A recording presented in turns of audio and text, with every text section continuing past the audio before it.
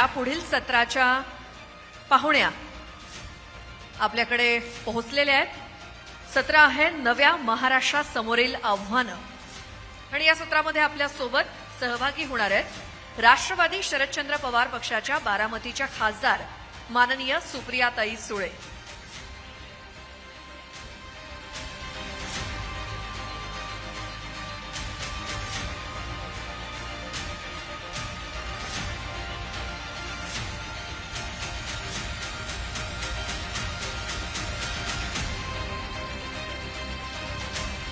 महाराष्ट्राचं राजकारण म्हटलं की पवार घराण्याचा उल्लेख हा करावाच लागतो। मात्र वडील शरद पवार यांच्या भोवतीचं वलय थोडं बाजूला सारून सुप्रिया सुळे यांच्या राजकारणाचा एक बाज वेगळा असं म्हणायला हरकत नाही। शरद पवार यांच्याप्रमाणेच राजकारणाची आणि समाजकारणाची पुरेपूर जाण असलेल्या, राज्यात आणि केंद्रात सुद्धा लक्ष केंद्रित केलेल्या राजकारणी सुप्रिया सुळे पाहूयात। सुप्रिया सुळे 2006 मध्ये राज्यसभेतून राजकीय इनिंगला सुरुवात। 2009 मध्ये ताई बारामतीतून मतपेटीच्या राजकारणात उतरल्या आणि बारामती ताईंची झाली। बारामतीतून विजयाची हॅट्रिक केली। तरुणींना पक्षाशी जोडण्यासाठी राष्ट्रवादी युवती काँग्रेस तर स्त्रीभ्रूण हत्येच्या विरोधात त्यांनी मोहीम राबवली। संसदेत महाराष्ट्राचे प्रश्न धडाडीने मांडणाऱ्या ताई, सत्ताधाऱ्यांना धारेवर धरणाऱ्या ताई राष्ट्रवादीचा दिल्लीतला चेहरा बनल्या। अजित पवारांच्या बंडानंतर राष्ट्रवादी फुटली आणि नव्या सुप्रिया सुळे बघायला मिळाल्या। नव्या आव्हानात शरद पवारांसोबत खंबीर उभ्या राहिल्या। 2024 मध्ये भाऊ आणि बहिणीच्या विरोधात लढणाऱ्या सुप्रियाताईंनी मतदारसंघ पिंजून काढला। कधी दादा तर कधी बहिणींना अडचणीत आणत आपला विजय सुकर केला। शरद पवार यांच्या सावलीतून बाहेर पडत सुप्रिया सुळेंनी आज आपलं नेतृत्व सिद्ध केलंय। राष्ट्रवादीच्या उद्याच्या नेत्या ते समर्थकांसाठी महाराष्ट्राच्या पहिल्या महिला मुख्यमंत्री, पॉवर हाऊसच्या नव्या शिलेदार सुप्रिया सुळे।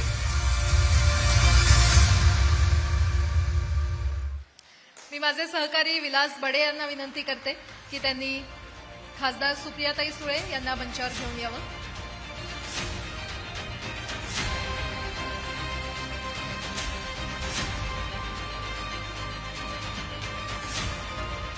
आणि आता या पुढची सूत्र विलास बडे यांच्याकडे। थँक्यू।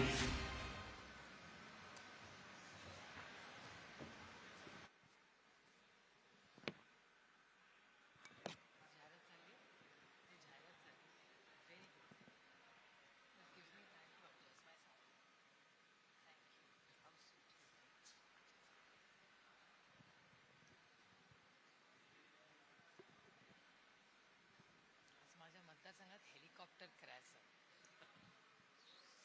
Just crash. सीएम किती वाजता? सीएम माझ्या नंतर आणि जयंतरावने मिस केलं। डीसी नाही जयंतरावांचं मिस झालं।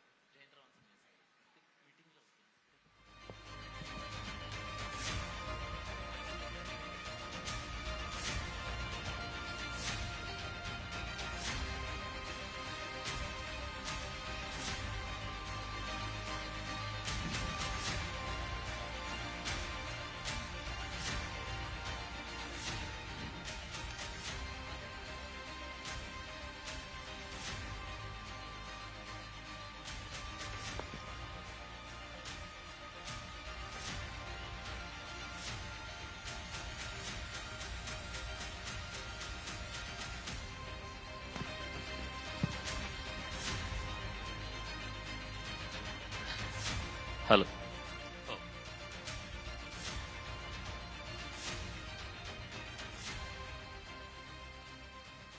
नमस्कार। न्यूज 18 लोकमतच्या अजेंडा महाराष्ट्र या विशेष कार्यक्रमात आपल्या सगळ्यांचं स्वागत। मंडळी, महाराष्ट्र एका अभूतपूर्व अशा निवडणुकीला सामोरं जाणार आहे आणि या निवडणुकीला सामोरं जात असताना जनरेशन नेक्स्ट महाराष्ट्राच्या या निवडणुकीच्या रणमैदानात पाय रोवून उभी आहे, एक आव्हान म्हणून उभी आहे आणि याच नव्या नेतृत्वाशी आज संवाद साधणार आहोत। आपल्या सोबत राष्ट्रवादी शरदचंद्र पवार पक्षाच्या नेत्या सुप्रियाताई सुळे आता आपल्या सोबत आहेत. ताई, तुमचं स्वागत आहे खूप खूप न्यूज 18 लोकमतच्या अजेंडा महाराष्ट्रमध्ये. मी अभूतपूर्व अशी निवडणूक म्हणालो ताई, कारण तुम्हाला माहिती आहे की ही निवडणूक आजवरच्या निवडणुकीपेक्षा खूप वेगळी आहे आणि तुम्ही एक मोठी लढाई जिंकली आता आणि एका मोठ्या लढाईला सामोरे जात आहेत. त्याचं नेतृत्व तुमच्या हाती आहे. जेव्हा महाराष्ट्राकडे तुम्ही ही संधी मागताय, सत्तेची संधी मागताय, तेव्हा स्वाभाविक हा आहे की तुमचा अजेंडा नेमका काय या महाराष्ट्राला, का महाराष्ट्राने हा महाराष्ट्र तुमच्या हाती सोपवावा? एक तर नेतृत्व हे महाविकास आघाडीचं मिळून असेल, पहिला मुद्दा. आमच्या पक्षाचा चेहरा अर्थातच हे आदरणीय पवार साहेबच कालही आहेत, आजही आहेत आणि उद्याही राहतील. आणि हा पक्ष कैलासवासी यशवंतराव चव्हाणांच्या विचारांनी आणि काँग्रेसच्या विचारांनी पुढे चाललेला आहे. हे पहिली बेसलाईन. आणि अर्थातच पुढे लोकांनी आम्हाला मतदान का करावं, याचं कारण असं की आत्ताचं जे सरकार आहे किंवा महाराष्ट्राची जी परिस्थिती आज झालेली आहे, मग ते आर्थिक असेल, सामाजिक असेल, वैचारिक असेल, ह्या सगळ्यामध्ये दुर्दैवाने ह्या आत्ताचं जे सरकार आहे ते पूर्णपणे महाराष्ट्राला निराश करणार आहे. आणि आमचा अजेंडा त्यांना टीका करणं फक्त नाही आहे, पण महाराष्ट्रामध्ये अतिशय उत्तम दर्जाचं शिक्षण आणि उत्तम दर्जाच्या आरोग्य सेवा हा एक खूप मोठा अजेंडा घेऊन आम्ही पुढे काम करणार आहोत. आणि महाराष्ट्र हा पुरोगामी विचाराचाच राज्य आहे आणि अनेक उपक्रम महाराष्ट्राने असे केलेले आहेत ज्यांनी देशाला दिशा दिली आहे. म्हणजे मी एक तुम्हाला छोटंसं उदाहरण देते की स्वच्छतेचं जेव्हा उदाहरण येतं तेव्हा सगळ्यांना असं वाटतं की ह्या सरकारने दिल्लीतल्या सुरू केलं आहे, पण ह्या राज्यामध्ये, या देशामध्ये 25 वर्षापूर्वी कैलासवासी RR पाटलांनी स्वच्छतेचा उपक्रम गाडगे बाबा महाराजांच्या नावाने सुरू केला. आणि अनेक क्रांती, म्हणजे महिला आरक्षणाचं बिल आदरणीय पवारसाहेब महाराष्ट्राचे मुख्यमंत्री असताना ह्या देशात जेव्हा राजीव गांधी साहेब आणि आदरणीय पवारसाहेब महाराष्ट्राचे मुख्यमंत्री होते, त्या काळामध्ये पहिलं राज्य ज्याच्यात महिलांना आरक्षण मिळालं आणि महिला मोठ्या संख्येने निर्णय प्रक्रियेत आल्या ते महाराष्ट्रच राहिले. त्याच्यामुळे सामाजिक परिवर्तन आणि मला असं वाटतं की पुढचा जो महाराष्ट्र असेल तो समतेचाच महाराष्ट्र असला पाहिजे. आणि महिला सुरक्षितता किंवा नागरिक सुरक्षितता, नुसतं महिला मी म्हणणार नाही, महिलांची तर सुरक्षितता असलीच पाहिजे, पण त्याच्याबरोबर नागरिक सुरक्षितता जो आज राज्यामध्ये जो विस्कळीतपणा मला दिसतो. म्हणजे मी लहानाची मोठी झाले तेव्हा ह्या देशातले सगळ्यात चांगले पोलीस ही महाराष्ट्राचे आहेत. मला महाराष्ट्राच्या पोलिसांचा सार्थ अभिमान आजही आहे. प्रॉब्लेम पोलिसांमध्ये नाही आहे, प्रॉब्लेम मंत्रालयामध्ये आहे. खूप महत्वाचा मुद्दा मांडला. महाराष्ट्रानं आजवर देशाला दिशा दिली असं म्हणतात. त्याच्यातलं एक महत्वाचं तुम्ही सांगितलं की पहिलं महिला आरक्षण कुठं मिळालं तर ह्या महाराष्ट्रात मिळालं. आणि स्वाभाविक पवारसाहेबांचा त्याच्यात सिंहाचा वाटा आहे, हे कोणी नाकारणार नाही. पण आपल्याला हे सुद्धा नाकारता येणार नाही की इतकं पुरोगामी राष्ट्र असलेलं महाराष्ट्र एकही महिला मुख्यमंत्री देऊ शकलं नाही. ही खंत आहे का? नाही, मला खंत वाटत नाही. कारण का जितका तुम्ही आयुष्यात कुठल्याही पदा, म्हणजे तुमची नाही, कंपनी मी असेल, तुमच्याबद्दल म्हणत नाही, महाराष्ट्र म्हणून. नाही, महाराष्ट्रातच सांगते मी, तुमच्या चॅनल असेल किंवा कुठलीही जबाबदारी जेव्हा असेल तेव्हा जितका आपण आयुष्यात वरती जातो ना तितका तो बार नॅरो होत जातो, लहान होत जातो एक तर. आणि त्याच्यामुळे जितकं ते नॅरो होतं त्याच्यात तुम्ही जेंडरमध्ये नाही अडकू शकत, त्याला कर्तृत्वच लागतं. मग महिला असू दे किंवा पुरुष, महाराष्ट्राचा किंवा कुठल्याही राज्याचा मुख्यमंत्री असाच असावा जो कर्तृत्वान असेल आणि स्वाभिमानी असेल आणि दिल्ली समोर झुकणार नाही आणि स्वतःच्या कर्तृत्वावर राज्य पुढे नेईल आणि देशात एक नंबरचं राज्य करेल, असाच मुख्यमंत्री महाराष्ट्रात असावा. मग तो पुरुष असू दे किंवा महिला, माझ्यासाठी काही फरक पडत नाही. मला कळलं तुम्हाला काय म्हणायचंय, पण मुद्दा ताई हा पण आहे ना की जेव्हा आज लाडक्या बहिणींची इतकी सगळी चर्चा, लाडक्या बहिणींच्या आरक्षणाबद्दल तुम्ही बोललात, मग का असं असू नये की या महाराष्ट्राचं नेतृत्व एका महिलेनं करावं? लोक ठरवतील ना. ही सशक्त लोकशाही आहे आणि लोकशाहीमध्ये लोक ठरवतात शेवटी नेता कोण होणार हा पहिला मुद्दा. आणि दुसरी महत्वाची गोष्ट की तुम्ही म्हणला लाडकी बहीण योजना. लाडकी बहीण बहिणी लाडक्या कधी झाल्या? जेव्हा महाविकास आघाडीचे 31 खासदार निवडून आले 48 पैकी, तेव्हा बहिणी लाडक्या झाल्या. लोकसभेत बहिणी लाडक्या नव्हत्या. ठीक आहे, आपण म्हणू की राजकीय त्याच्यासाठी केलं असेल, पण साधारणपणे अर्थातच. एक मुद्दा सातत्यानं उपस्थित केला जातो ताई की जेव्हा ही परिस्थिती येते, वेळ येते, कालचं तुमचं स्टेटमेंट होतं, राष्ट्रवादी काँग्रेसला संधी असताना सुद्धा मुख्यमंत्री पद घेतलं जात नाही. राष्ट्रवादी काँग्रेसचे नेते असलेले शरद पवार साहेब या महाराष्ट्राचे अनेक वेळा मुख्यमंत्री राहिले. 38व्या वर्षी ते मुख्यमंत्री होते या महाराष्ट्राचे. पण जेव्हापासून त्यांनी स्वतःचा पक्ष केला, त्यांचा पक्ष का इतका बॅकफुटवर मुख्यमंत्री पदासाठी? बॅकफुटवर नाहीये, प्रॅक्टिकल होता मी. एकतर जेव्हा जास्त निवडून आले होते, जो आरोप आदरणीय पवार साहेबांवर केला होता तो सगळ्या नेत्यांना विचारूनच निर्णय झाला होता.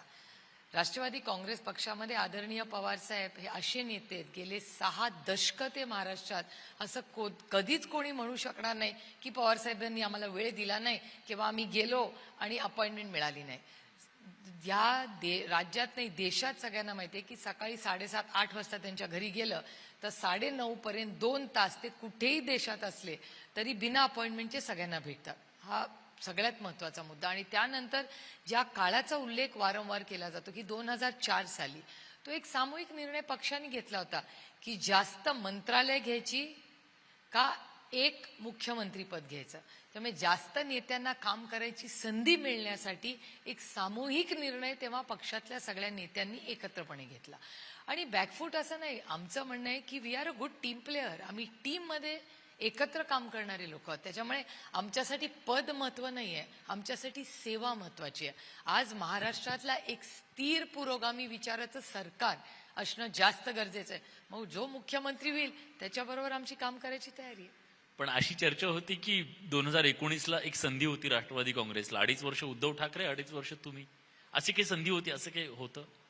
नाही, कसं असतं, एक तर जेव्हा आपण राजकारण करतो ना तेव्हा ज्या इंटरनल मीटिंग्स असतात ना त्या व्यासपीठावर बोलायच्या नसतात. आदरणीय पवार साहेब यशस्वी का आहेत, अनेक वेळा मुख्यमंत्री का झाले, केंद्रात मंत्री का झाले, किंवा काँग्रेसचे जुने नेते सगळे सिनियर सगळे कमी बोलायचे आणि त्यांचं पोटी महत्व होतं मोठं. आणि ह्या गोष्टी आम्ही अनेक वर्ष दिल्लीत राहून कळलेल्या आहेत आम्हाला की सगळ्या गोष्टी काय मनात आलं म्हणून बोलायच्या नसतात. म्हणून आपण खोटं बोलत नाहीये, पण काही उपजातपणे काही गोष्टी पोटात ठेवायच्या हे एकतर महिलेला कळतच असतं. आणि त्यातून तुम्ही राजकारणात असला तर यशस्वी व्हायचं असेल तर कमी बोललं तर जास्त यश मिळतं.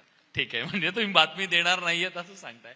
पण आता ठीक आहे, 2019ला काय झालं माहित नाही, पण ज्यावेळेस आज शिवसेना, उद्धव बाळासाहेब ठाकरेंचा पक्ष आणि काँग्रेस हे दोघंही दावे करतायत या रेसमध्ये आम्ही नाहीयेत, हे सांगणं मोरलवर नाही हे करणार? नाही, अजिबात नाही.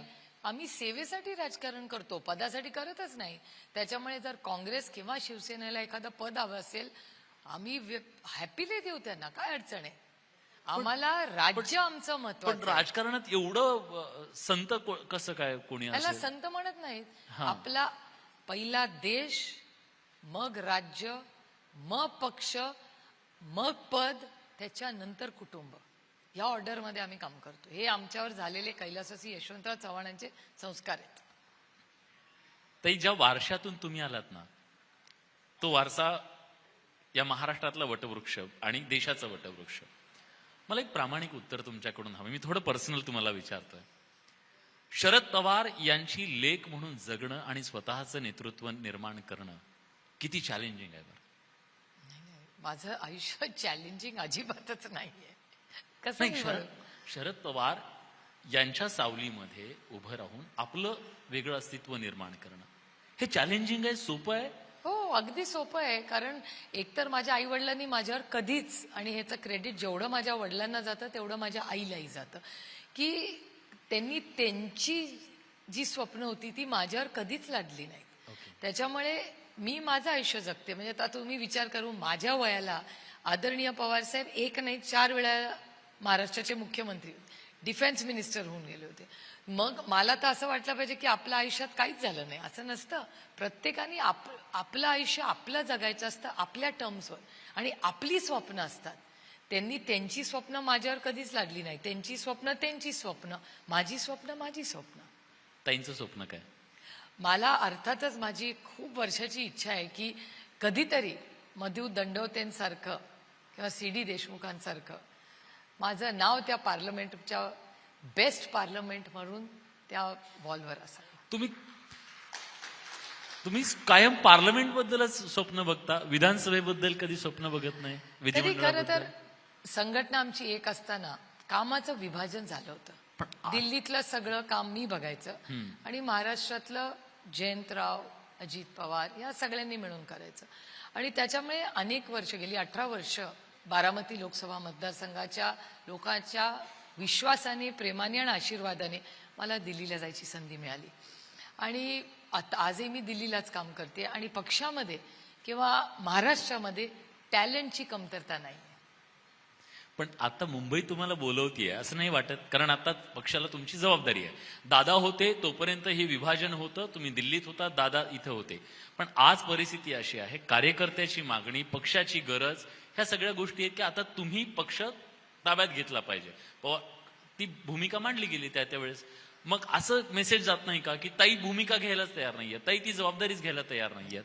एकतर पक्ष ताब्यात वगैरे हे माझ्या मनात पण येत नाही. हे सामाजिक काम आहे. आम्ही सेवेसाठी येतो, पॉलिसी मेकिंगसाठी येतो. एक दुसरं, पक्षामध्ये अनेक चांगले लोक आहेत ज्यांनी महाराष्ट्रात काम केलंय आणि पक्षासाठी, राज्यासाठी खूप काम केलेलं आहे. त्यामुळे एक टीम म्हणून आम्ही काम करतो. त्याच्यामुळे हा पक्ष कुणाची मक्तेदारी म्हणून चालत नाही. आणि माझं असं म्हणणं आहे की जबाबदारी तुमची एवीच दाखवत होती की मी किती जबाबदारी आहे. मलाही वाटलं अरे बापरे, आपण एवढी जबाबदारी घेतली, असं एवी तुम्ही दाखवली. त्याच्यामुळे मी जबाबदारी घेत नाही असं कधीच कोणी म्हणू शकत नाही. पण ॲट द सेम टाइम मी इतकी पण स्वभावाने कॉम्पिटिटिव्ह नाही आहे की आपल्याला हे हवंच आहे. माझ्यासाठी चांगलं पॉलिसी करणं आणि मी राजकारणात कशासाठी आले ह्याच्यात माझ्या मनात पूर्ण क्लॅरिटी आहे. तुमच्या सगळ्यांच्या आयुष्यात एक चांगला बदल घडवण्यासाठी मी राजकारणात आले. मग कुठल्या पद्धतीने तो करू शकतो, तो आपला रस्ता आपण ठरवायचा असतो. महाराष्ट्रात संधी मिळाली तर? आता ते काळच ठरवेल ना. आता इथे पाऊस पडला तर मी काय करीन या हॉलमध्ये? नाही, पाऊस पडला तर मी इथून तिकडे जाईन. नाही, मग छत्री उघडीन नाही उघडीन काय असं नसतं. ही मला हे दुर्दैव असं वाटतं की सगळ्यांना वाटतं राजकारण म्हणजे पद. ह्या मेंटॅलिटी मधून आपण बाहेर पडलं पाहिजे. राजकारण म्हणजे सेवा, पद नाही. ठीक आहे, खूप महत्वाचं तुम्ही सांगितलं. पण एक मला तुम्हाला पर्सनल प्रश्न विचारायचा आहे. पाहिजे तेवढे विचारा. पवार साहेबांनी तुम्हाला दिलेली बेस्ट कॉम्प्लिमेंट कुठली राजकारणातली? की साहेब, पवार साहेब असं म्हणाले की येस, वेल डन? साधारणपणे तुम्ही मराठी आहात त्याच्यामुळे तुम्हाला कळेल मी काय म्हणते. साधारण मराठी घरांमध्ये मुलांचं कौतुक होतच नाही आणि आमच्या आता अजिबातच नाही. आमच्या घरात भाषण झाल्यानंतर जर पवारसाहेब काहीच नाही बोलले याचा अर्थ आपलं भाषण चांगलं झालं. आणि घरात पाऊल शिरलं न शिरलं हा शब्दाच्या ऐवजी तो शब्द तू वापरायला जास्त योग्य झालं असतं. म्हणजे समजायचं भाषण ऐकलेलं आहे त्यांनी आणि ही आपली चूक झालेली आहे. माझे आई वडील कधीच असं म्हणत नाहीत. म्हणजे माझे धाकटे बंधू आहेत अभिजित आणि मी नेहमी असतो की नशीब आपलं की आपल्याला स्वतःमध्ये काहीतरी आत्मविश्वास आहे. कारण का आई वडिलांचं ऐकलं असतं तर आम्ही रोज मला वाटतं रडतच बसलो असतो की आपल्यात कुठलाच चांगला गुण नाहीये. पण साधारण तुम्ही बघा मराठी घरात फार कमी कुटुंब अशी असतात जे मुलांचं खूप कौतुक करत असतात. त्याच्यामुळे मला असं वाटतं हे मराठी फॅमिलीमध्ये असतं, असं कुटुंबांमध्ये असंच असतं की तुझ्यात काय कमतरता आहे हे सांगण्यात आई वडिलांना जास्त आनंद मिळतो चांगलं काही सांगण्यापेक्षा. पण संसदपटू ठरलात तुम्ही, त्याच्याबद्दल कधी कॉम्प्लिमेंट? कॉम्प्लिमेंट असं नाही, पण मी तुम्हाला गंमत म्हणूनही सांगते की मला आठवतं एकदा जेव्हा मी त्यांना असाच एक प्रश्न विचारला होता की तुम्हाला असं कधीच तुम्ही मला काहीच करण्यासाठी पुश का नाही करत की वर्गात पहिली आलीच पाहिजे, पोहण्यात पहिली आलीच पाहिजे, बॅडमिंटन म्हणजे हे सगळे खेळ मी खेळायचे म्हणून की बॅडमिंटन चॅम्पियन तू झालीच पाहिजे किंवा हे तू केलंच पाहिजे. असं तुम्ही का नाही सांगितलं, किंवा वर्गात पहिली येणं, किंवा असं का तुम्ही की नाही 80% नाही, पुढच्या वेळेस मला 90 पाहिजे. त्यांनी मला असं सांगितलं होतं, जेवढी बुद्धिमत्ता असते ना सुप्रिया, तेवढेच मार्क पडतात. मग म्हणलं ठीक आहे, आपली बुद्धिमत्ता एवढीच आहे. ठीक आहे, झालं. आणि मला साधारणपणे 80-85% मार्क पडायचे. घरी आले की चला ठीक आहे, मार्क पडले, आयुष्य चाललंय पुढे. आणि त्यानंतर ज्यावेळेस पार्लमेंटमध्ये माझा नंबर पहिला आला, तेव्हा मला अजूनही ते दृश्य माझ्या डोळ्यासमोर आहे. बाबा ऑफिसमध्ये बसले होते, पुस्तक वाचत होते, आणि मी उशिरा घरी गेले त्या दिवशी, कारण का चाललं होतं पार्लमेंटमध्ये. आणि जेव्हा माझा नंबर लागला ना, तेव्हा मी 3 वेळा चेक केला, कारण का मला माहिती होतं की जेवढी बुद्धिमत्ता असते तेवढेच मार्क पडणार, तर आपला नंबर पहिला येणारच नाही कधी. आणि अशी स्वप्न असतात ना कधीतरी आयुष्यात. त्यांच्या CD देशमुखांचं नाव, मधु दंडवतेचे असं खाब असतात आपले, की मधु दंडवते साहेबांचं जिथे नाव आहे ना, कधीतरी आपलं नाव तिथे रासावं. त्या ख्वाबमध्येच आपण असतो. तेव्हा जेव्हा माझा नंबर पहिला आला, मी 3 वेळा चेक केला की नक्की का नक्की का नक्की का. झालं, मी घरी गेले. घरी गेल्यावर ते पुस्तक वाचत होते, आणि मी त्यांना म्हणलं, अहो पार्लमेंटमध्ये ह्या वर्षी माझा नंबर पहिला आलाय. ते फक्त असं वरती बघितलं माझ्याकडे, मला म्हणले लेख कुणाची आहे, आणि परत पुस्तक वाचायला लागले. मग माझी बुद्धिमत्ता आहे का नाहीये, लेख कोण, म्हणजे नक्की काय आहे माझं. पण ते असंच ओपन एंडेड ठेवतात, त्याच्यामुळे दॅट वॉज गुड. तीच बेस्ट कॉम्प्लिमेंट होती असं म्हणायला हरकत. कॉम्प्लिमेंट. साधारणपणे मला वाटतं इथं सगळ्यांच्या मनात एक प्रश्न असेल, तो मला तुम्हाला विचारायचा आहे. एक असं म्हटलं जातं की पवार साहेब हे असं रसायन आहे, ते साधारण कुणाला कळत नाही, पण बाप आणि लेकीचं नातं खूप जवळचं असतं असं म्हणतात. तुम्हाला पवार साहेब कळलेत का हो? एक वडील म्हणून अर्थातच. एक वडील. आणि मला असं वाटतं, आपण नेहमी म्हणतो बाप आणि लेक, वडिलांचं आणि लेकाचंही नातं प्रेमाचं असू शकतं, किंवा आईचं आणि मुलीचंही प्रेमाचं असू शकतं. आपण एक फॉर्मॅट ठरवलाय. आई वडिलांचं आणि मुलांचं नातं असतं. मग आई किंवा वडील, त्याच्यात इमोशन्सचा हळवेपणा करता कमी जास्त असतो, कारण का एखादी मुलगी जास्त एक्सप्रेसिव्ह असते, एखादा मुलगा कमी असेल. पण अनेक पुरुष असेही आहेत जे खूप एक्सप्रेसिव्ह असतात, आणि मुली अशा आहेत खूप रिझर्व्ड असतात. त्यामुळे आपण एक कॅटेगरी त्याच्यात केलेली आहे. मला असं वाटतं की अर्थातच त्यांचं राजकारण आहे, आणि नातं हे नात्या जागेवर, आणि राजकारण राजकारणाच्या जागेवर. पण ते हळवे आहेत, कसे आहेत? एक वडील म्हणून प्रत्येक माणूस हळवाच असतो ना, कुठल्या ना क्षणाला प्रत्येक व्यक्ती हा हळवाच असतो, पुरुष असू दे किंवा महिला. पण इतक्या मोठ्या वादळात सुद्धा पवार साहेबांना आम्ही असं कणभर सुद्धा डगमगताना बघितलं नाही. तीच त्यांची ताकद आहे, आणि त्याचं क्रेडिट मला वाटतं त्यांच्या आईला जातं. कारण मी त्यांना नेहमी विचारते की तुमच्या आईनी तुम्हाला नाश्त्याला काय खायला दिलं तुमच्या भावंडांना, की तुम्ही सगळे एवढे घट्ट आहात. म्हणजे ते त्यांच्या आईचं, आणि त्यांची सगळी भावंड तशीच आहेत.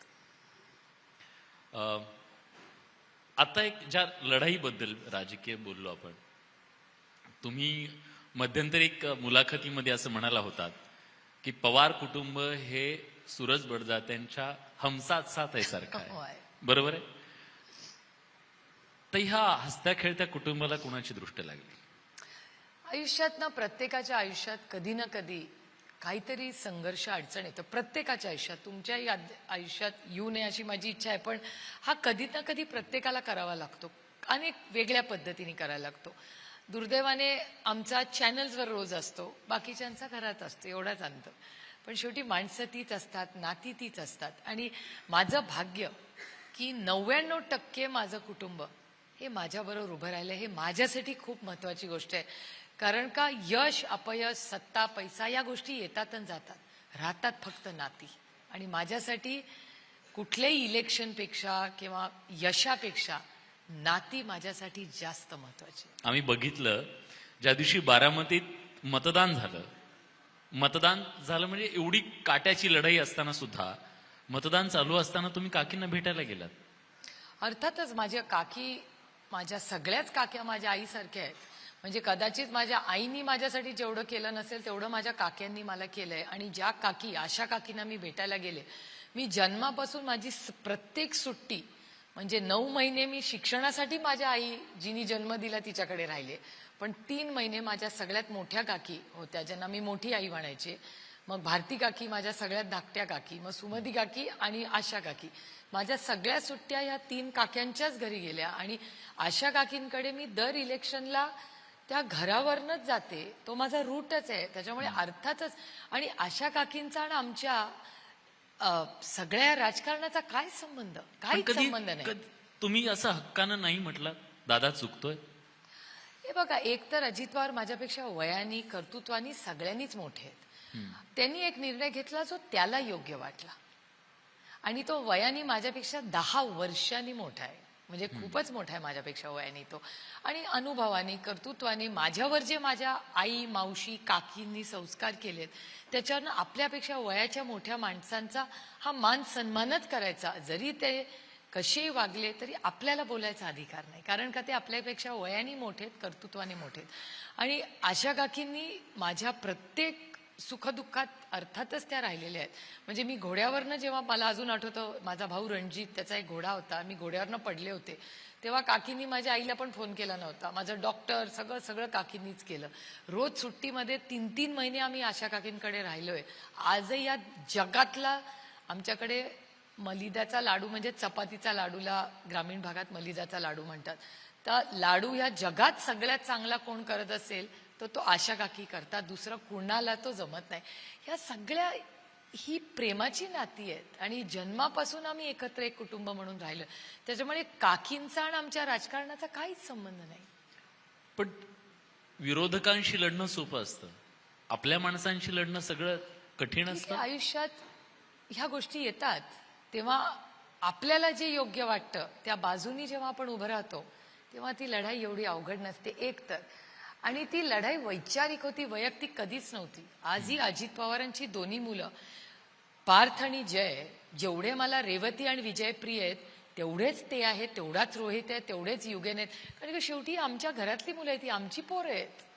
त्याच्यामुळे ते बोलतात, येतात तुमच्याकडे? माझे संबंध सगळ्यांशी चांगले आहेत आणि मी सगळ्यांशी बोलते. समोरचे बोलतात का दादांशी नाही याची शेवटचं guarantee कधी बोललात खरं सांगा? नाही. मी अजित पवारांशी बोलायला तयार आहे, पण त्यांनी माझ्याशी बोलायला पाहिजे ना. ते बोलत नाही. नाही, पण ते सगळ्या पण जग ताई खरं सांगा, दादांना तुम्ही ओळखता. दादा जेव्हा म्हणतात की मी चुकलो, ठीक आहे. आता तो त्यांचं मत आहे आणि ते माईकवर जे बोलतात ही लोकशाही आहे. त्यामुळे लोकशाहीमध्ये प्रत्येक व्यक्तीला मन मोकळं करायचा अधिकार आहे. मी दडपशाहीवाली आणि अदृश्य शक्तीच्या गँगमधलीच नाही आहे. त्याच्यामुळे मला हा देश, राज्य आणि माईकवर भारतरत्न डॉक्टर बाबासाहेब आंबेडकरांनी दिलेल्या संविधानाप्रमाणे हा देश चालला पाहिजे, माझं ठाम मत आहे. त्यामुळे प्रत्येकाने आपल्याला काय वाटतं आणि काय बोलावं हा त्याचा अधिकार आहे. नाही पण ते जेव्हा म्हणतात हा माझं चुकलं, मान्य केलं त्याने, माझी चूक झाली आणि मी घरात राजकारण घुसवायला नको होतं, ठीक आहे, काही जे काही गोष्टी का केलं त्यांनी ते नाही सांगितलं, ते वेगळं कारण सांगितलं. पण जर ते म्हणत असतील की त्यांचं चुकलं, मग आता बारामतीमध्ये पुन्हा त्यांच्या विरोधात घरातला उमेदवार आला तर पुन्हा म्हणजे घरातला तो संघर्ष अटळ असेल का? नाही, अजून आमचं काही ठरलेलं नाही. एक तर आमचं सीट वाटप झालेलं नाही. त्याच्यामुळे बारामतीची सीट एकतर नक्की आघाडीतून कोण लढणार हा पहिला मुद्दा आणि दुसरा मुद्दा की कॅन्डिडेट कोण असेल. खरं तर हे आमचं भाग्य की महाराष्ट्राची मायबाप जनतेने जो आशीर्वाद आम्हाला दिला आणि जी साथ आम्हाला संघर्षाच्या काळात दिली, आजही राष्ट्रवादी काँग्रेस आणि सगळ्याच महाविकास आघाडीच्या पक्षांकडे लोकांनी जो विश्वास दाखवला आहे, ज्या पद्धतीने तिन्ही पक्षांकडे इच्छुक उमेदवार येत आहेत, तिन्ही पक्षांकडे येत आहेत आणि आमचे मित्रपक्षही उत्साही आहेत, हे सगळं बघता बारामतीतही अनेक इच्छुक आहेत. त्याच्यामुळे अर्थातच त्यांचा सगळ्यांची चर्चा करूनच तो निर्णय होईल. हा कुटुंबातला माझा शेवटचा प्रश्न, कुटुंबाच्या बद्दलचा, पण थोडा इमोशनल आहे. ताई, तुम्ही दादांबद्दल एक वाक्य बोलला होतात, मला ठळक आठवतं, मी हेडलाईन वाचली होती ती, माझा दादा राजकारणातला अमिताभ बच्चन आहे. तुमच्या मनातल्या दादाच्या हिरोच्या इमेजला ठेच पोहोचली का? असं नाही, अमिताभ बच्चनचं पण करिअर तुम्ही बघितलं, त्याला पण डाऊनफॉल्स होते आणि हाय फॉल्स होते. त्यामुळे अमिताभ बच्चनजींच्या करिअरमध्ये मी त्यांचं करिअर खूप फॉलो करते, कारण का ते एक इंटरनॅशनल आयकॉन आहेत. आणि अमितजींचंही करिअर जर तुम्ही पाहिलं तर त्याच्यात जसं कुणाच्याही आयुष्यात चढ उतार येतात तसे सगळ्यांच्या येतात. आणि कुठलाही नेता, अभिनेता, कोणीही मोठा असतं त्या प्रत्येकामध्ये चांगले वाईट गुण असतातच, असं कोणीच परफेक्ट नाहीये. त्याच्यामुळे प्रत्येकाच्या आयुष्यात तो संघर्ष येतो आणि जातो. आता उतरतीचा काळ आहे असं अमिताभ तो बच्चनचा. प्रत्येकाचा नाही. अमितजी कधीच उतरते म्हणजे काळात नसतात. अमितजींच्या करिअर वाईज दादांचा थोडा मी अमितजींचा संघर्ष म्हणेन, उतरता हा. काळ म्हणणार ओके, नाही. ओके. कारण का अमितजींच्या आयुष्यात खूप संघर्ष झाले. हा अजित पवारांच्या आयुष्यात काय चाललंय हे मी कसं सांगणार? त्याचं उत्तर तुम्हाला द्यायला लागेल, कारण किंवा त्यांना विचारावं लागेल, कारण का माझी त्यांची 1.25 वर्ष भेटही नाही. त्याच्यामुळे त्यांच्या आयुष्यात काय चाललंय हे मला त्याच्यात इंटरेस्टही नाही आणि मला वेळही मिळत नाही. कारण एक तर पक्षाची कामं असतात, मतदारसंघातली कामं असतात, महाराष्ट्राच्या समोर महंगाई, बेरोजगारी, भ्रष्टाचार, महाराष्ट्रातलं बजेट. परवाच आपण वाचलं असेल की माननीय गडकरी साहेबांनी सांगितलेलं आहे की महाराष्ट्राची आर्थिक परिस्थिती अतिशय अडचणीत आलेली आहे. आणि मी स्वतः दरवर्षी फायनान्स बिलवर आणि फायनान्शियल बजेटवर पक्षाच्या वतीने मी दरवर्षी बोलते. त्याच्यामुळे ह्या विषयाचा, फायनान्सचा थोडासा अभ्यास माझा जरा बरा आहे, देशाच्या पातळीवरचाही, पार्लमेंटमध्ये. त्याच्यामुळे ह्या गोष्टी आम्हाला बऱ्याचशा वाचनात येतात, त्याचे डॉक्युमेंट्स आमच्याकडे अनेक राज्यांचे येतात. आणि महाराष्ट्राची आर्थिक परिस्थिती अडचणीत आहे. त्याच्यामुळे ह्या सगळ्या गोष्टी करण्यात इतके व्यस्त आम्ही असतो. त्याच्यामुळे फारसं कुणाच्या आयुष्यात काय चाललंय ह्या बघायला फार कमी वेळ असतो. ठीक आहे. पण या सगळ्यामध्ये आता मी थोडंसं राज्याच्या पातळीवरती काही जे महत्वाचे प्रश्न तुम्ही सध्या उपस्थित करताय, साधारणपणे आम्हाला एक असं दिसतंय की राज्याच्या राजकारणामध्ये वर्सेसवाले, तुम्ही विंडो बघता का टीव्ही चॅनलवर? आम्ही वर्सेस दाखवतो, म्हणजे इकडून एक बोलतात तिकडून, असं आम्हाला साधारणपणे दिसतं. लसावी जर काढला तरी सुप्रियाताई वर्सेस देवेंद्र फडणवीस, असा काही सुप्त संघर्ष आहे का? ताईंच्या टार्गेटवर सतत देवेंद्र फडणवीस का दिसतात?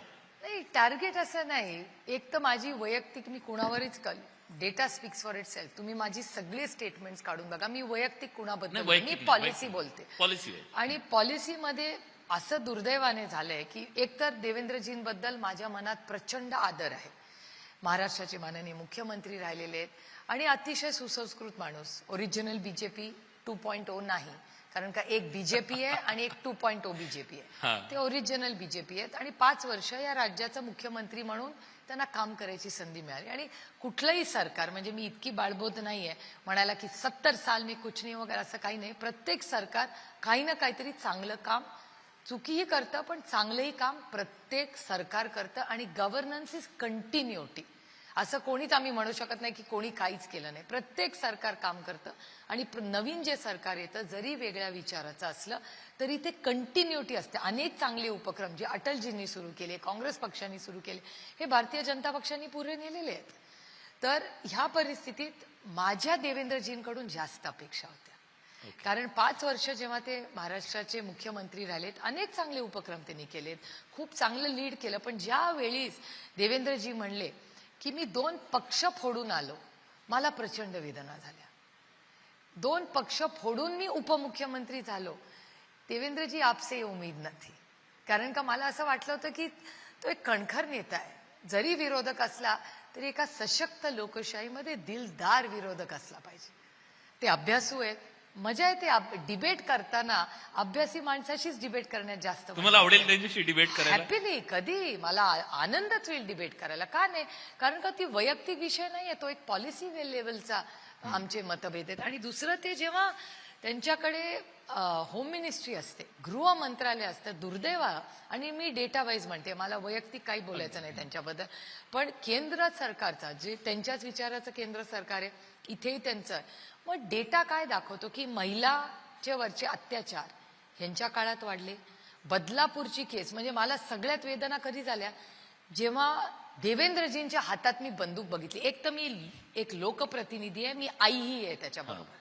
मला नाही वाटत की माझ्या मुलांनी एका राज्याच्या गृहमंत्रीच्या हातात बंदूक घेऊन बदलीची भाषा बोलावी.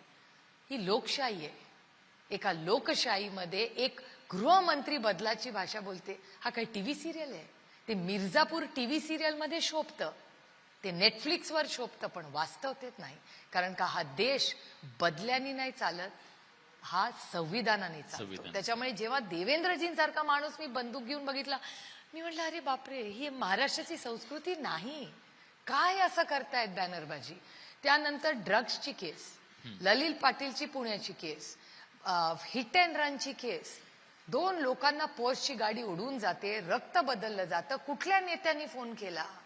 होम मिनिस्ट्रीतूनच आला ना. मी नाही म्हणत देवेंद्रजींनी केला, पण त्यांच्या माझी अपेक्षा होती की देवेंद्रजींसारख्या माणसाने, ज्यांच्याकडून मलाही अपेक्षा आहेत, त्यांनी 0 टॉलरन्स करायला पाहिजे होता की या राज्यातली बदल्याच्या ऐवजी FIR वेळेत करायला पाहिजे होता, फास्ट ट्रॅक कोर्ट करायची आणि भर चौकात त्या व्यक्तीला, बदलापूरच्या गलिच्छ त्या माणसाला फाशी द्यायला पाहिजे होती.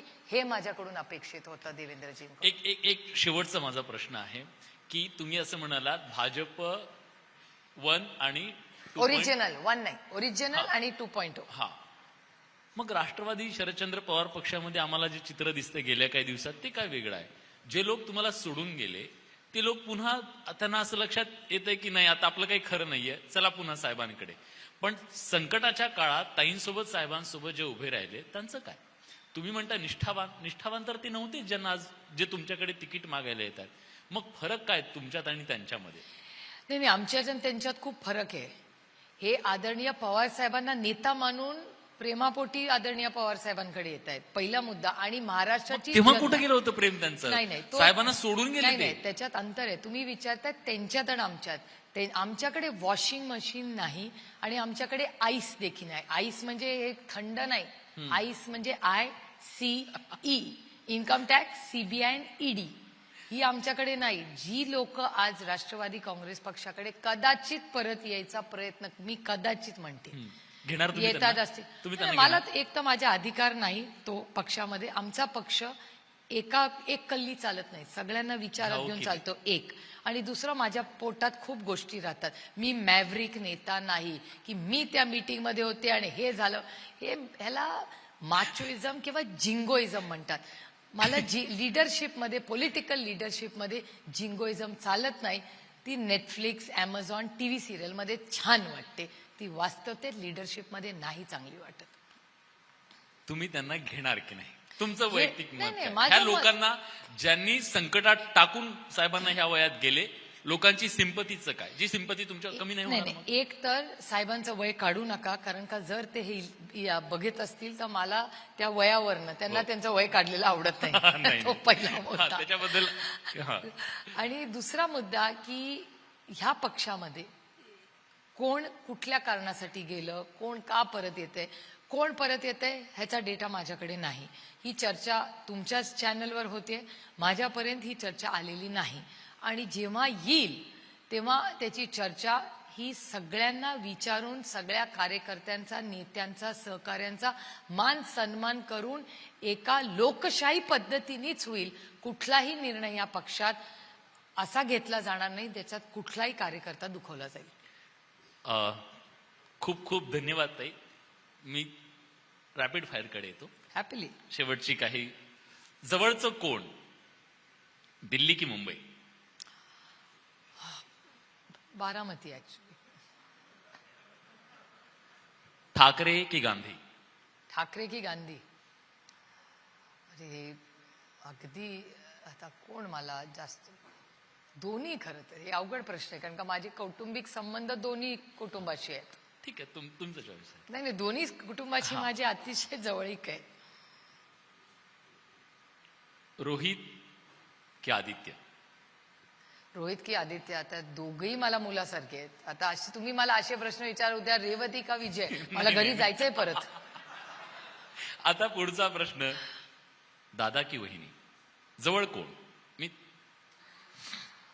हा अवघड प्रश्न आहे, पण मी अशा वेळीच वहिनी म्हणेन. याचं कारण असं की वहिनी दुसऱ्याच्या घरातून आलेली, आमच्या घरात आलेली मुलगी आहे.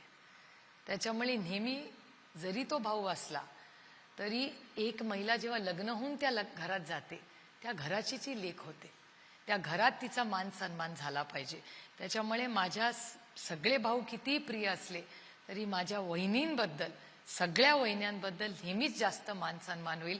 कारण का त्या त्यांचं घर सोडून आमच्या घरात आता लेकीच्या रोलमध्ये आलेले आहेत. त्याच्यामुळे त्या नात्याचं जपणं हे मला जास्त महत्वाचं वाटतं. तुमच्या या वाक्यातून सिद्ध झालं खरंच पवारांचं कुटुंब हे सूरज बडजात्यांचं हम साथ साथ आहे. खूप खूप धन्यवाद. तुम्ही न्यूज 18 लोकमतशी बोललात, खूप मनमोकळेपणाने बोललात. अनेक प्रश्न होते आमच्या मनात, ताईंना कधीतरी विचारायचे होते. त्या सगळ्या प्रश्नांना अगदी जेन्युअनली उत्तर दे. खूप खूप धन्यवाद. Thank you so much. नमस्कार. खूप महत्वपूर्ण असं हे सेशन. मी मान्यवरांना विनंती करते त्यांनी स्टेजवरच थांबावं आणि मी न्यूज 18 लोकमतचे संपादक मंदार फणसे यांना विनंती करते मान्यवरांना मंचावर येऊन त्यांनी भेटवस्तू द्यावी.